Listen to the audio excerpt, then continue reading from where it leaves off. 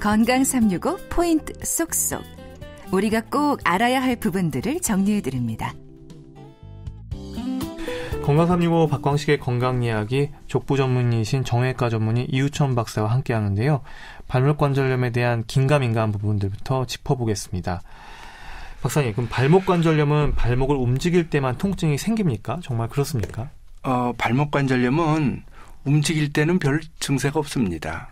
아주 연골이 없더라도요. 이 뼈와 관절염이 되면은 증세가 생기는 원인이 이 발목은 눌려서 생깁니다. 그러니까 서 있거나 디디고 걸어갈 때 생기고 그냥 앉아 있거나 누워서 또는 서 있더라도 그냥 이렇게 발목을 움직일 때는 연골 뼈와 뼈 사이가 눌리지 않기 때문에 증세가 별로 없습니다. 꽉 눌려서 뼈와 뼈가 꽉 닿을 때 그때 뼈가 통증을 느낍니다. 그래서 움직이는 것과는 큰 문제가 없습니다. 그래서 관절염이 심한 분인데도 나는 괜찮아요. 발목이 움직일 땐 전혀 괜찮아요. 이렇게 얘기를 하세요. 근데 실상은 그분은 아파서 잘 못 걸으면서도 무서운 얘기할까 봐 그런 분이 많습니다. 자꾸 괜찮다 그런 분이 많습니다. 네. 아킬레스건이 뚜렷할수록 또 발목 관절이 약하다 이런 신호다 이런 말도 합니다. 그러니까 아킬레스건이 뒤에 이렇게 잘 뚜렷하게 보이시는 분들 계시잖아요. 그거는 그렇지 않은데요. 그거는 아킬레스건이 잘 안 보이는 거는 살이 굉장히 찐 분입니다. 살이 찌면은 되게 배부터 몸통이라든지 허벅지 이런 데 많이 찌지 발목까지 살찌는 분은 잘 없거든요. 아킬레스건이 잘 보이지 않을 정도다. 그럼 발목 굉장히 전체적으로 살이 굉장히 많이 찐 분입니다. 이것이 뭐 강하다 약하다 그런 걸 떠나갖고 운동선수들 보세요. 아킬레스건이 뚜렷하지요. 당연히 그거는 뚜렷한 것이 좋은 거지. 이 아킬레스건이 잘 안 보일 정도면 그거는 문제가 있는 겁니다. 네. 그리고 발 뒤꿈치를 들고 걷거나 또 뒤로 걷기 그리고 또 계단을 오르는 습관이 발목 관절염을 예방하는 운동법이다 하던데요. 그런가요? 글쎄요. 이거는 이걸 어떻게 해석을 해야 될지 모르겠지만은 이제 이런 발목을 뒤꿈치를 들고 걷는다. 뒤로 걷는다. 계단을 오른다.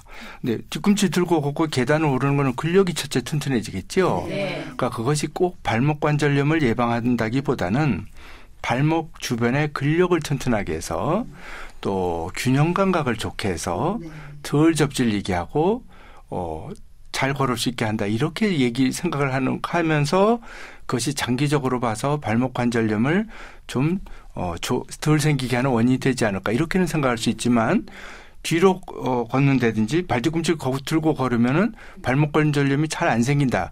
요건 아닙니다. 그렇죠. 뭐든지 운동하는 건 좋죠. 균형 감각, 근력 강화를 위해서 운동하는 거는 당연히 좋습니다. 네. 그리고 계단을 내려오는 건 무릎 관절뿐만 아니라 이 발목 관절에도 안 좋은 영향을 끼친다. 계단 내려오는 건 안 좋다는 거, 무릎이 안 좋다는 건 알고 있었는데. 계단 내려오는 거는 무릎에는 그 슬개골하고 이런 뼈 사이에 압력이 실제로 높아집니다. 그래서 이제 그런 말을 하는 건데 발목 관절염에는 발목 관절에는 계단을 내려온다 그래서 특별히 어디가 특히 나빠지든지 이런 건 아닙니다. 그러나 내려올 때는 잘못하면 접질리긴 쉽습니다. 그런 면에 있어서 연관성이 있을지 몰라도 계단을 내려오는 것이 발목 관절에 직접적으로 안 좋은 영향이 있다. 이런 건 아닌 것 같습니다. 그런가 하면 이 O자형 다리가 발목 관절의 부담을 높이고 관절염의 위험을 키울 수 있다던데요. 네, 그거는 맞는 말입니다. 이거는 세계적으로 인종별로 차이가 있는데요. 우리가 보면 우리나라 사람, 일본 사람, 중국 사람 중에서도 이쪽에 저 남쪽 분들은 제가 잘 모르겠고요. 우리하고 가까운 쪽에 있는 분들은 다리가 O자형이 많습니다. 반면에 백인들은 O자형 다리가 드뭅니다. 그렇기 때문에 관절염의 분포가 다릅니다. 발목 관절염도 우리나라에 생기는 또 일본에 이런 데 많은 관절염 형태는 서양에는 잘 없습니다. 이것이 큰 차이가 있고 그것이 이것이 O자형이 되면 어떻게 되겠습니까? 안쪽에만 체중이 몰립니다. 무릎도 안쪽에만 체중이 몰리고 발목도 안쪽에만 체중이 몰립니다. 또 발목으로 보면 한편으로는 잘 접질리기도 쉽습니다. 그래서 O자형과 안쪽의 관절염은 아주 밀접한 관계가 있고 그렇기 때문에 그런 형태의 관절염이 많고 그래서 발목 관절염이 저절로 생기는 관절염은 백인들보다는 요 동양, 네. 우리나라 요 근처에 극동 지역의 이런 인구들에서 특히 많은 것 같습니다. 동남아 쪽에는 인구가 어떤 분포가 있는지는 아직 별로 사실 알려진 바가 없기 때문에 그건 잘 모르겠지만 적어도 우리나라의 이런 아시아, 동아시아 쪽에서는 상당히 관절염이 많습니다. 네. 그 형태와 관련이 있습니다. 네.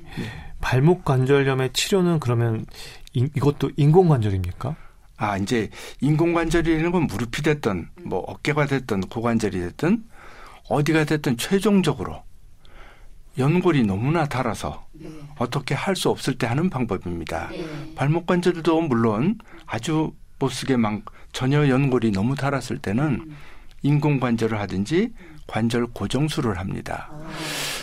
전에는 무릎도 고관절도 다 고정술을 했습니다. 근데 그거는 너무 장애가 크기 때문에 지금은 거의 고정술을 하지 않습니다. 그러나 발목은 아직도 고정술이 상당히 사용되고 있습니다. 그래서 아주 못 쓰게 된 경우, 연골이 거의 없는 경우에는 인공관절이든지 발목 고정술을 합니다. 네. 초기 치료를 하면 이 비수술적인 방법으로도 이 발목 관절염이 치료가 될까요? 뭐든지 초기 치료를 하면은 할 수 있을 가능성이 있겠죠. 근데 이 초기에 진단하는 게 사실은 어렵습니다. 초기에 진단하는 게 어려운데 아주 초기에 진단을 한다 그러면 가령 잘 접질리는 분이 잘 접질리지 않도록 주변에 근력 강화 운동을 한다든지 뭐 균형 감각을 운동한다든지 이런 것도 하나의 방법이 되겠고요. 또는 깔창 또는 인솔이라고 하는 같은 말인데요.